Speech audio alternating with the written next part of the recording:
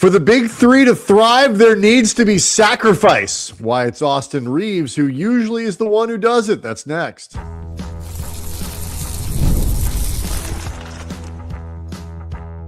You are Locked On Lakers, your daily Los Angeles Lakers podcast, part of the Locked On Podcast Network, your team every day. Thanks to everybody for making Locked On Lakers first listen of every day, Monday through Friday, sometimes on weekends, even on holidays, and now more than once a day, no matter how or where you're getting your podcasts. You could be an Apple person. You could be a Spotify person. Andy, some of these people might be some of the 37,000 plus subscribers to the Locked On Lakers YouTube channel, but no matter how they do it, they're part of making Locked On the #1 sports podcast network in this or any other known universe. I'm Brian Kamenetsky. With Andy Kamenetsky, we've covered the Lakers for nearly 20 years with ESPN, the LA Times, the Athletic. It is a challenge, can be, for a team with multiple sort of high-end players when you got a lot of guys at the top of the roster to figure out how to make it work. It has been a particular problem with the Lakers because of the redundancy and the overlap in the skill sets of Luka Doncic, LeBron James, and Austin Reaves. It does at least appear that they're getting the hang of it, but sacrifices need to be made. To me, it seems often like Austin is the one who is sort of taking a little bit of a back seat to make this work. Well, if nothing else, during these last 6 games where they've had Luka Doncic back after the hamstring injury, and since Austin's now been back in the starting lineup, no minutes restriction, also Luke Kennard being in the mix, I think has affected these numbers as well. Yeah, I would agree. Basically, in these 6 games where you've had Luka, LeBron, and Austin in the starting lineup together with no restrictions of any kind on any of the three, to put this in perspective, Austin's numbers for the season, roughly 24 points per game on 50%, 37% splits, 50 from the field, 37% from behind the arc, about 15 shots a game, 7.5 free throws per game, about 5.5 assists per game against 3 turnovers, 1 steal, plus 2.7 in the plus minus for the season, a usage of about 27 usage percentage, an assist percentage of 25%, and an effective field goal percentage of 58%. In these last 6 games that we were referencing, Austin is averaging a shade under 18 points a game on a little under 47% from the field, but almost 45% from behind the arc. And I do want to make sure to note the 3-point uptick that's gone among the big three, but also the team in general. A little over 12 shots a game, a little over 4 free throw attempts per game, a little under 3 assists against 2 turnovers, a usage that has gone from 27 to just under 22, an assist percentage of 25 now to just around 13, and an effective field goal percentage of 55%. So, and the minutes, again, these are Austin's minutes since he's been off a minutes restriction. Like, this is his normal playing time. Right. It could be skewed a bit just because they've had a couple blowout wins. But there's no question that Austin is the one that is taking less of a direct role in the offense, like in terms of ball in his hands, dictating the way the offense is going to be run. He's definitely the guy that is taking more of a backseat, if you want to think of it that way. It's like when you think about what we're going to talk about how this relates to questions about the offseason and next year, because that is top of mind for everybody. Is, first and foremost, if the Lakers have 2 pieces of business this offseason, the 2 most important are finality on LeBron. I think, you and I think both are of the mind that right now it doesn't look like LeBron's going to be here next year, but you got to get some finality there. There needs to be some kind of closure. And then what do you do with Austin? How much money is it going to cost? Those are the first 2 primary pieces of business. And so what just really quick, and do you like what you see with as much of an extended look of Luka and Austin together? Like I, Sure. I think this is an information gathering stage as well. Right. And so, that's why I think this is an interesting question because, people, there are fans. I don't know, like saying people are saying that, well, some people are saying there are fans who are, People are saying, yeah. So some of the best people are saying that, Austin is, he's not worth the money. He's not producing. Look, they played 2 games this weekend. He didn't put up big numbers in either one. Like he was fine. But when you get when all 3 of these guys on the floor, all 3 of them thrive particularly with the ball in their hands. I think that is unquestionable. I think Austin and LeBron are the most comfortable without the ball in their hands. Particularly AR, with the shooting, the spot up shooting's been better for him. He's the one that's probably most suited right now to be a catch and shoot guy, to finish a play or something like that. And just the sort of the hierarchy or whatever it is that develops, it makes it tougher, I think, in some ways to kind of make those evaluations because Austin's numbers are going to go down. I think this is just kind of natural. Like something they have to figure out a way for it to work with all 3 of them in those moments where on the floor. JJ's done a pretty good job of finding ways to get time for everyone to kind of do their thing, but you can't have those 3 guys on the floor or on the team without understanding there's going to be 15 minutes a night or whatever that they're all going to be together. When that happens, if you're going to win games, guys have to give up a little bit. And I think everybody is to some degree, but Austin is the most. Well, it's interesting. I mean, they're looking to serve 2 different purposes right now that in many respects, I think are at cross purposes. Like obviously they want to win as many games as they can heading into the playoffs, and they want to make as deep of a playoff run as they can. While I do think the front office is clearly prioritizing this offseason and the bigger picture building around Luka more than they have this season, as evidenced in the way that they built the team last offseason with very little eye towards real permanence and, without giving up any assets of value. But also, too, like we both, we just did a bonus show about Luke Kennard, and we both liked the trade when it happened. We both liked what we've seen since then. I personally feel like there is a non-0% chance that Luke Kennard will be re-signed this offseason. I hope so. Right. But Luke Kennard does not constitute anything remotely close to going all in. So they have prioritized the offseason and, again, big picture 5,000-foot view around Luka more than this season, but they're not punting this season either. Like they want to win. It's right. So it's not like an experimental season where I've seen people, for example, complaining the Lakers don't develop their young players. Like, oh, they're not going to go anywhere. Give Thiero, 10 minutes a night. Try to see what you have in some of these, in Timmy and some of these other kind of closer to the end of the roster. No, like they're not doing that. They're trying to win as many. Like the Lakers are like a game and a half or a half game, whatever it is, out of third. It's like they're not. Right. They are not a team that really screams title contention, which is something we're actually going to get into. Rui had some interesting comments about that after the Sacramento game.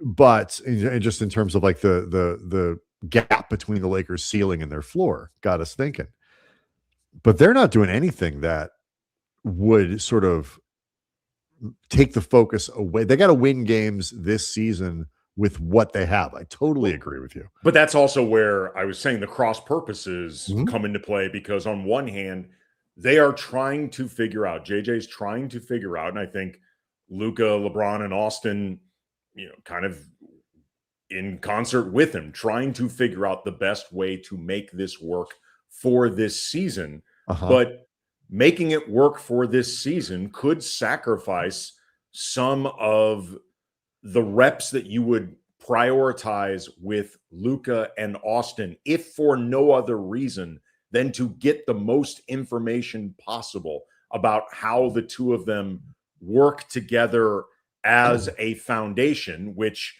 we both think will not include LeBron moving forward. So Right. put it this way, they're doing things differently than they would if LeBron was not on this team. So again, like they are trying to do a few different things at once, and they're trying to do it in a imperfect world setting, and I think they're making the best of it. After the break, though, I've been thinking about like kind of what you're that aspect of what you're talking about in terms of like what do you do? How do you maximize the information that you need?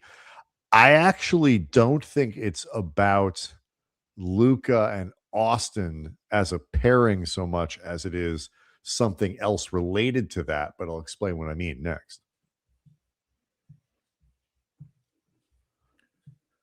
Locked on Lakers is brought to you by Indeed. Workplace chaos, deadlines stacking up, the inbox overflowing. You got one position really now in desperate need of filling, everything I just described, and it's open. And when the pressure's on and you need to find the right hire, this is a job for sponsored jobs. Indeed Sponsored Jobs helps you reach the people who actually fit what you're looking for: skills, experience, location. So you're not just hoping the right candidate stumbles across your post. And here's a stat that says it all. The minute we'll be talking with you, companies like yours made 27 hires on Indeed, according to Indeed data worldwide. Spend less time searching, more time actually interviewing candidates who check all the boxes. Less stress, less time, more results. When you need the right person to cut through the chaos, this is a job for Indeed Sponsored Jobs. Listeners of the show will get a $75 sponsored job credit to help get your job the premium status it deserves at Indeed.com/podcast. Just go to Indeed.com/podcast right now. Support our show by saying you heard about Indeed on this podcast. Indeed.com/podcast. Terms and conditions apply. Need to hire? This is a job for Indeed Sponsored Jobs. So it's interesting to me because I think the Lakers certainly have seen what they need to see from Austin. That stretch that he had at the beginning of the year when LeBron was out, particularly in the stretch when LeBron and Luka were out. I know the criticism of, what were those the elite teams, or the best defenses or whatever. Austin had whole defenses oriented to stop him and was putting up all-star numbers. I think the Lakers have seen everything they need to see from Austin. I don't think that him shooting, like, it's like you read the numbers at the beginning, like some of the efficiency from three is up, whatever. It's purely volume, really, that goes down, in this portion of the season. It's really a volume thing. When LeBron's not here, presumably next year, that volume goes back up and the production goes back up with it. So I think the Lakers are fully sold on Austin. I think they're sold on the pairing of Austin and Luka together, short of something falling into their laps that they're not expecting. I would be very surprised if it isn't the twosome that's at the top of the team next year. What I do think they're really losing out there and they're having trouble figuring out is, okay, what do you put around those guys? Well, to me, that's part of it's less about seeing, but it's less about seeing, do they work as a pairing? I think they have enough data on that, and I think they're fairly confident in it, but they also have to figure out how to construct team. And that part, I think, gets trickier. Well, I consider that part of the same equation, because even if you think Luka and Austin in a vacuum work together, if you don't get enough of a look at what you need to put around them, I mean, it's clear that they need specific support systems. Like, I mean, we know what the flaws or weaknesses that they have as players, and they're basically the exact same. Like, I've talked about this many times. I think Austin is a very good player. I don't have concerns about his talent. I have concerns about the overlap between him and Luka. I think in a perfect world, when you are looking to build a championship team, your first and second best players should offer things that the other one doesn't. I think Luka and Austin don't do that. That doesn't mean that you can't build a title team around them. It just means the stuff around them becomes more specific, and you have less, I think, wiggle room in order to make that work.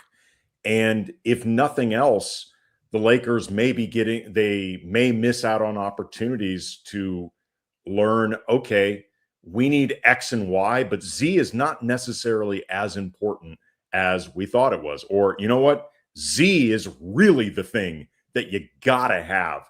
But X and Y, there can be a little bit more flexibility. Like, again, even I may have more questions about them as a pairing than the front office may, or certainly what they're messaging. But regardless, I consider it two sides of the same coin that leads you to the same place. You need the information, and they're not likely going to be doing the remainder of this regular season in the playoffs in as targeted a way of figuring out that stuff. Because, again, they're trying to make this balance work between the three of them. Well, and I get it. It's also because it's also because they don't have the players to do it. Sure. Like you can't experiment to try to with what you don't have. It's not like they can play 2 or 3 different types of lineups or types of units. First of all, half of these guys, if not that much, or if not more, are going to be gone next year anyway. But the good news is when you look at the overlap between them, the sort of the redundancy that I think makes people, I know you worried about it. There are other people like there's too much overlap. It's potentially problematic. And, we've talked about it in the show, and, it's totally reasonable.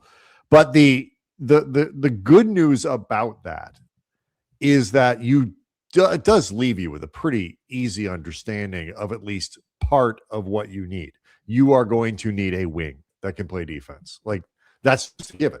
You need to find somebody who can do that. You need to find a forward who can play defense. That is, so like a couple defensive-minded forwards, ideally ones who can shoot. I hesitate to say like high-end 3-and-D guys because those are really, really hard to find. I think you'll be able to find defenders in that position. You'll be able to find shooters in that position. If you can find guys who are at least competent in both, that'd be great. And then next year, I think they will look for a center that is closer to the Jackson Hayes profile than the DeAndre Ayton profile, with the exception that they'd like somebody who can run a pick and roll a little better than Jackson does. Like the checklist is not confusing when you have Austin and Luka as sort of top billing. It's actually quite specific. It's just a harder list to fill. I mean, but again, there's always the question of whether or not you would be better served just finding a player that addresses some of what you don't get from Luka, rather than Austin, who again doubles down on a lot of those strengths. It's a conversation we've had before. I'm sure it's a conversation we'll have again. What I do think, though, is interesting for where we are now, though, is just the question of whether or not these 6 games where Austin is producing less, albeit with a lower usage, with, less the ball in his hands, less stuff like that, gives you any pause about this being related to struggle as opposed to sacrifice. Like that would ultimately be the question for the now with Are you Austin. asking me that? Just, I think whether you or our audience, because we've heard from them concerns about Austin's production not being as great once the big 3 are there. By the way, it is interesting too. I mentioned Austin in these 6 games shooting almost 45% from behind the arc. Luka during these same 6 games, 47.5%. LeBron nearly 41%. The team shooting almost 42%. But also, like, you've got Luke Kennard shooting 50%, I believe, in those 6 games. Marcus Smart, 38%. Rui at around 37%. Even Jake LaRavia, for all of the whiplash and at times grave concern with his offense over like the last Rightly. month. Yeah, rightly over the last month. During these 6 games, he is somehow shooting almost 36% from behind the arc.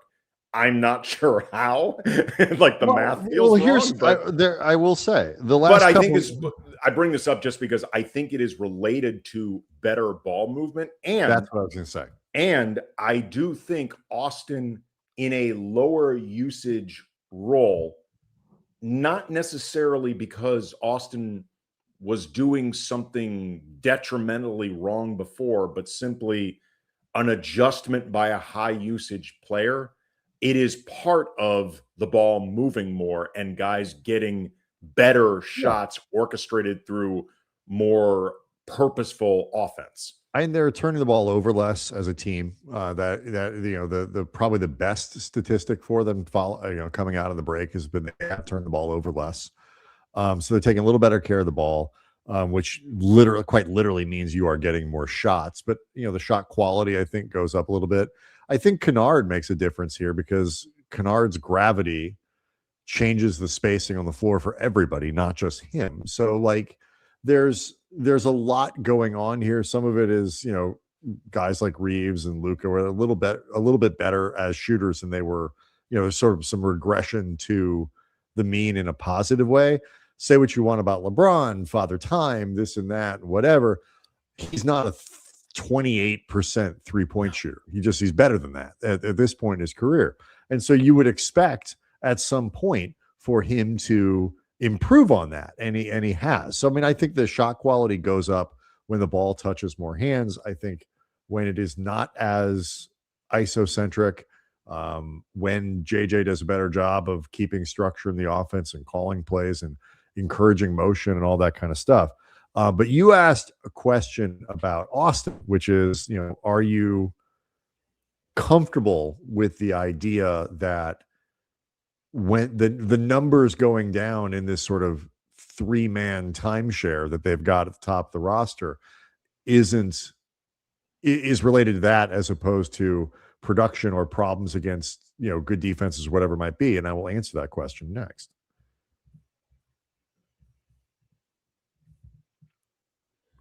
Locked On Lakers is brought to you by BetterHelp. March is a time to celebrate women, especially around International Women's Day, and just recognize how much they carry at work and relationships, families, and the unseen roles they step into every day. And sometimes men can have blind spots, even with the best intentions, towards the women in our lives, mothers, sisters, partners, coworkers. And therapy can help people, men and women alike, talk through situations to create fewer misunderstandings, create better empathy, provide the right support for the well-being of the women in our lives, and just strengthening your own well-being in the process.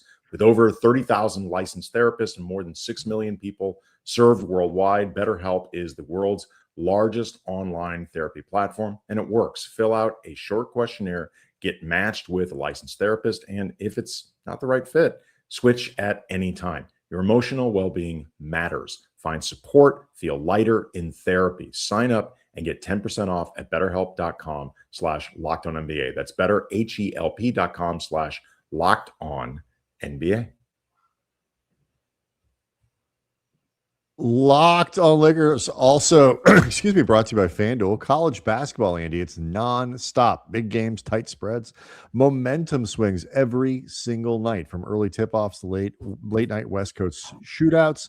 There's always action on the board. Now FanDuel is giving you a way to turn that energy into even bigger potential wins with a college basketball parlay profit boost.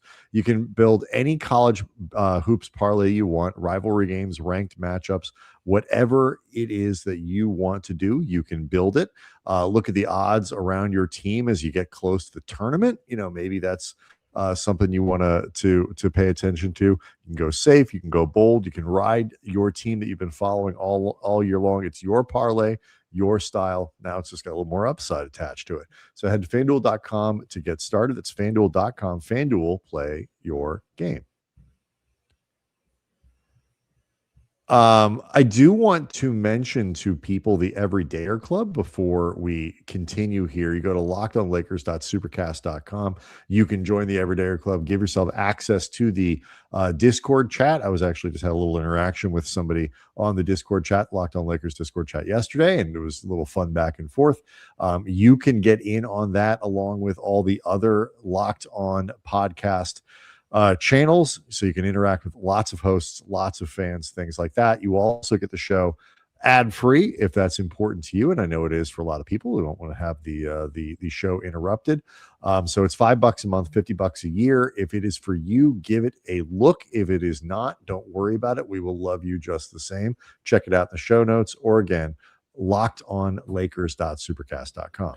Real quick before we get back to Austin, because it's a conversation that undoubtedly is going to continue throughout the course of the rest of the season, offseason, maybe even with Austin if he's retained on a big contract. I want to make sure that we drill down on the idea of do not let the Pelicans, Los Angeles Lakers, become a trap game in what is hilariously predictable. Zion Williamson has said that he expects to play on Tuesday versus the Lakers in LA, because of course he's going to. And the Lakers just have miracle curing abilities. Like Dr. Buss might as well have been like a medical doctor for the way his legacy has led to healing players for decades. But it is worth noting, in case the audience is not aware, DeJounte Murray is back now for the Pelicans, and it's a small sample size, but his 3 games have been productive. He's averaging about 16 points, 6 assists, and 2 steals in just 24 minutes. His return moved rookie Jeremiah Fears to the bench, which gives them more pop. Zion has been playing at times off the bench with him. Also, Trey Murphy III torched the Lakers in their last outing, 42 points. Sadiq Bey has been on a tear since 2026 rolled around. He's averaging about 20-ish a game in this calendar year. Like, the Pelicans may not be a finger quotes good team, but they are not without unmeshed talent. No, they're a good bad team. They're a talented bad team. They won 4 games. They lost the Clippers the other night, but they'd won 4 straight. Before that, now granted, 2 of those were against the Jazz. One of them against was the Warriors, who are obviously shorthanded. But it's just look, the Lakers go from this game to Denver, then Indiana, I believe it is, and then it's a string of we're back in the grown-up portion of the schedule. So it's a couple things. It's like, first and foremost, yeah, they're not as bad maybe as the record would suggest based purely on talent. But they're still a team that you got to beat. And particularly, you have to, you got to make sure they just can't afford to be giving away games against against bad teams, particularly on their own floor. Like, you have to win that game at home, especially on your own floor against a Pelicans team that is 8-22 as a road team. Right. But they're just like, Zion's interesting just because, he is a disappointment in broad terms. No team is ever going to build their franchise around Zion, which has looked like a very strong possibility when he was drafted.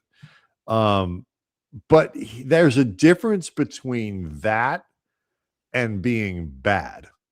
Zion, when he's played this year, and he's had some of the same kind of injury problems and this and that, when Zion's played this year, he's been pretty good. It's just, there's a matter of frequency, and he's not franchise guy. Okay, but he's still pretty good. He can still do some stuff, and if you're not careful, he will light you up. Well, so I like this test for the Lakers coming off 2, kind of genuinely softer games against a Warriors team that's just wildly undermanned, and a Sacramento team that is atrocious. The Pelicans are way more athletic, way faster than the Lakers. They are top 10 they're top 10 on a bunch of different metrics for the offensive glass, where the Lakers have been having their asses handed to them, even in games where they've won of late. The Pelicans are 10th in the league for second chance points, second in the league for points in the paint. Again, another area where the Lakers defensively have been hemorrhaging points. They've been okay at preventing second chance points from getting too out of hand for their opponents, but a couple games they've done a bad job with that as well. The Pelicans can do damage on the break. If the Lakers, there was that period towards the end of the second quarter, then the top of the third quarter against the Kings, where they got too casual, allowed the Kings to get it down to 10 points, and then they turned it back on again. If the Lakers F around like that against these Pelicans, there's a chance they could find out. Like, Yeah. that is a non-0% chance. And also, we've talked before about this stretch of games being important as just an opportunity to build better habits, make useful reps out of your time on the court. Like, they need to treat this Pelicans team like that and not be thinking about Thursday in Denver. Yeah, and I will say, in your scenario, I would like for them to have the opportunity to potentially blow a 30-point lead or whatever it was, 20-something point lead. And then we could all be very disappointed in them for not keeping their foot on the gas. Because at the very least, it would mean that they got up big early again. And that would mean that the first quarter thing with the big three, that positive trajectory is continuing. Like, I would be excited by that opportunity. But it is kind of like, from a focus standpoint, from an execution standpoint, Rui got into that. Maybe we'll talk about this a little bit in the short show as well. Like, after the Sacramento game, he's like, when we're good, we look like a contender, like, high end. When we're playing well, we're a contender. We can play with anybody, we can beat anybody, and all that. People might debate his accuracy, but certainly Rui believes that, which is what you want. I would. Yeah, I mean, I don't think the point was to stop Rui in mid-sentence and argue with him, but the flip side of that is, when we're bad, like, we're awful, like, they're terrible. And anybody can beat them. And not only can anybody beat them, anybody could beat them by 20. And so, like, that kind of thing, they need to level that out. If you're going to win a playoff series, and I think they can, I think on a talent basis, you've got Luka Doncic, who can almost carry a series for you. You've got the potential of LeBron to kind of really be rounding into form and being relatively well preserved. You've got Austin Reaves. Like, there's a lot of high-end talent there. Any 7-game series, they can win it. But it's going to be hard to win it if there's that big a gap between your floor and your ceiling. They really need to raise their floor.